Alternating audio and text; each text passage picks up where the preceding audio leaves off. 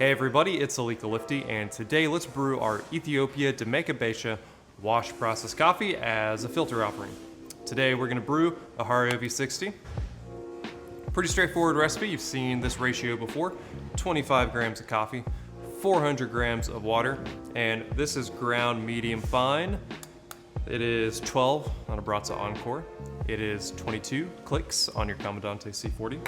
And our water's set to 205 degrees Fahrenheit, so normal grind size, normal dose, normal volume of water, normal brewer. With these current releases, we have sort of a theme that I took to building all of the recipes for this. Built a little bit off of competition prep. So it's competition season. We are prepping for coffee competitions. Myself prepping for the World Brewers Cup. And so while I traditionally brew a lot of these recipes, I've been trying some new things. And so our focus today is on the bloom. Specifically, we're doing really long blooms and then shorter pulses. So all of these recipes have kind of a theme to them. You'll notice them acting pretty similarly in different brew methods. So feel free to interchange this to what you feel like brewing or what you have. And we'll get some pretty good results. And we'll talk about how this kind of changes the flavor as we go along. But today's recipe for this Demeka Becha is going to be in the V60. So let's get started. First, I'm gonna wet that paper filter. Remember, always fold along perforations for your perforated filters. Toss that in your brewer, hold it in there straight, start pouring, not on your finger, and then rinse the rest of the filter.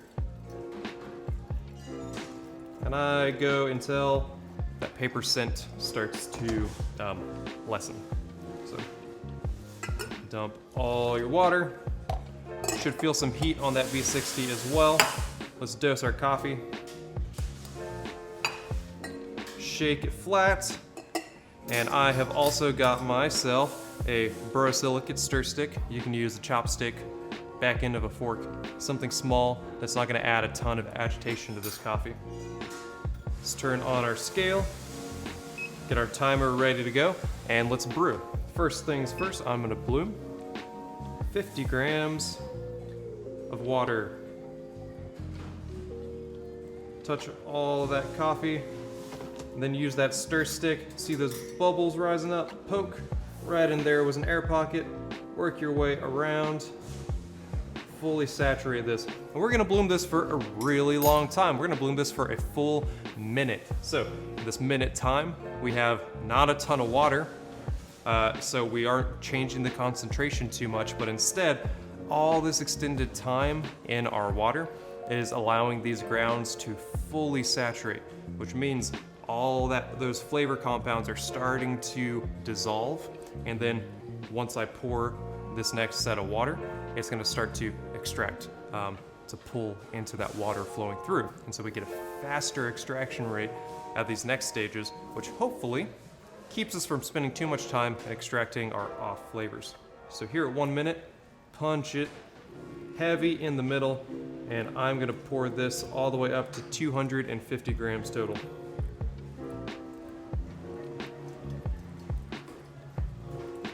Let it rise up. We're going to be pretty full. You can put that kettle back on your heater because we're going to have a little bit of a wait time again. So we saturate all the grounds and then we start extracting. We have ourselves a little party as you wait. Now we're going to get all these flavors out. And then here at about 1:45, we're going to hit it again and finish this up all the way to 400 grams total. I'm gonna start heavy here in the middle. I'm gonna make sure I touch all this coffee again, so I'm gonna give it a rinse around the sides. Here we go. Oop. There we go. All right. So 3 total pours, 1 really long bloom, 2 pulses, relatively quick extraction. This cup is gonna be a little strong. I like to dilute it with at least 5 to 15 milliliters in the finished cup. but if you like it really strong, it's gonna be your cup of tea or cup of coffee.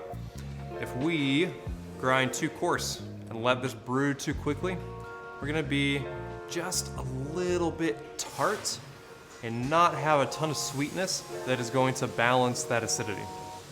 If we grind too fine, we just stall, we don't really brew, then we're gonna get this really bitter black tea that covers up our fruity flavors and our sweetness. But when we brew in the most balanced way for this recipe in the V60, I expect a 3.5 minute drain time. And when we achieve that, we are going to get bright, ripe nectarine. We're gonna get honey. We're going to get these floral, like white tea. Just really nice flavor, crisp, bright, delicate, with a nice texture to it. A little bit more texture than I traditionally expect from a V60. So there we go, 2, 3, 30, right on.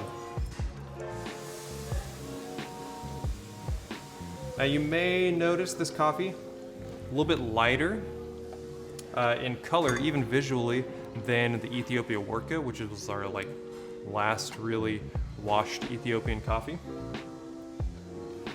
But we're still gonna get these rich flavors. That longer bloom helps with these lighter coffees to really prep us for extraction. That nectarine just pops. Really bright acidity, really sweet. Just rolls off the tongue, very mouth-watering there in that finish. Serve and enjoy.